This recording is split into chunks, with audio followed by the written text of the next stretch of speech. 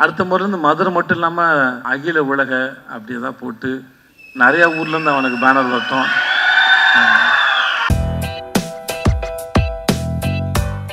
வெற்றி சார் சொல்லிட்டே இருந்தார், செந்தில்குமார் வந்து மனிதர்களை கையாளுவதில் மிகவும் வல்லவர், அன்பில் வந்து பார்த்துப்பாருன்னு சொன்னார்.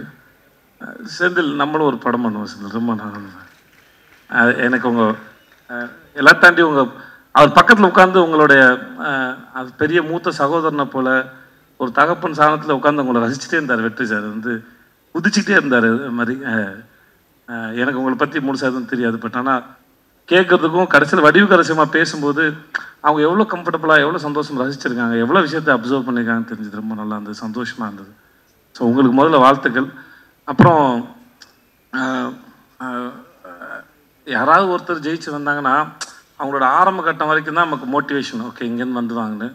ஆனால் சூரி மாதிரி ஒரு ஆள் வந்து முதல்ல சினிமாவில் என்ட்ரி ஆகி இப்படி வந்தது ஒரு பெரிய சாதனையாக இருந்தாலும் இவ்வளோ நாள் இருந்த அந்த ஸ்பேஸ்லேருந்து ஜென்ரலாக வந்து என்னுடைய அனுபவத்தில் நான் ஒரு விஷயத்தை எப்படி அப்ரோச் பண்ணுவேன் அந்த ஆங்கிள்லேருந்து பார்த்து சொல்லும்போது, இவ்வளோ நாள் காமெடியனாக இருந்து ஒரு சீன் கொடுத்தும்போது ஒரு சீனை வந்து நம்ம என்ன பெர்ஸ்பெக்டிவில் அதை எப்படி அப்ரோச் பண்ண போகிறோம், எப்படி ரீச் பண்ண போகிறோம், அதோட ஏற்ற இறக்கம் எங்கே இருக்குதுன்னு ஒரு சீன் அனலைஸ் பண்ணி அப்புறம் டயட்டோட பேசி அதை பண்ணுறதுங்கிறது ஒருத்தருக்கு ஒரு டெக்னிக் இருக்கும். சூரியோட ஒர்க் பண்ண வரைக்கும் என்னென்னா நான் வந்துட்டு ரொம்ப கம்மியாக தான் ஒர்க் பண்ணியிருக்கேன், ஒரு 2-3 படம் பண்ணிட்டு மாடா அவ்வளோதான் இருக்கும்.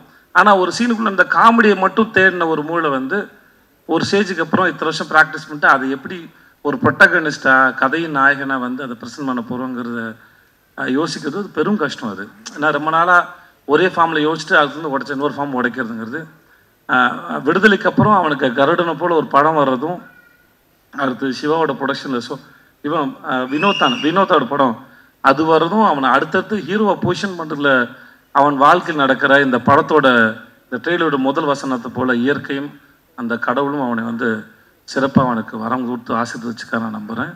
அவனோட அடுத்தடுத்த படங்களும் அவன் மேலே ஒரு நல்ல ஒரு எதிர்பார்ப்பை ஏற்படுத்துது. அவனை ஹீரோவை மோல்டு பண்ணுறதுக்கும் அது ரொம்ப அழகாக வடிவமைக்குதுன்னு அதை பார்க்குறேன். அதை பார்த்து ரொம்ப ரசிக்கிறேன் நான். நம்ம ஊர் மூஞ்சி ரொம்ப அழகான சிறந்த கருப்பான அழகாக நீ வாழ்க வளர்க நல்லா இருப்ப நீ. இங்கே வந்தது அத்தனை பேருக்கும் நன்றி. அடுத்த முறை இருந்து மதுரை மட்டும் இல்லாமல் அகில உலக அப்படி தான் போட்டு நிறையா ஊர்லேருந்து அவனுக்கு பேனர் வரட்டும். வர்ற பஸ்ஸு 1-2லாம் இல்லாமல் இன்னும் நிறைய பஸ்லேருந்து ஆள் வரட்டும். வாழ்க. நன்றி. வந்து நான் இருக்கும். நன்றி. தேங்க்யூ.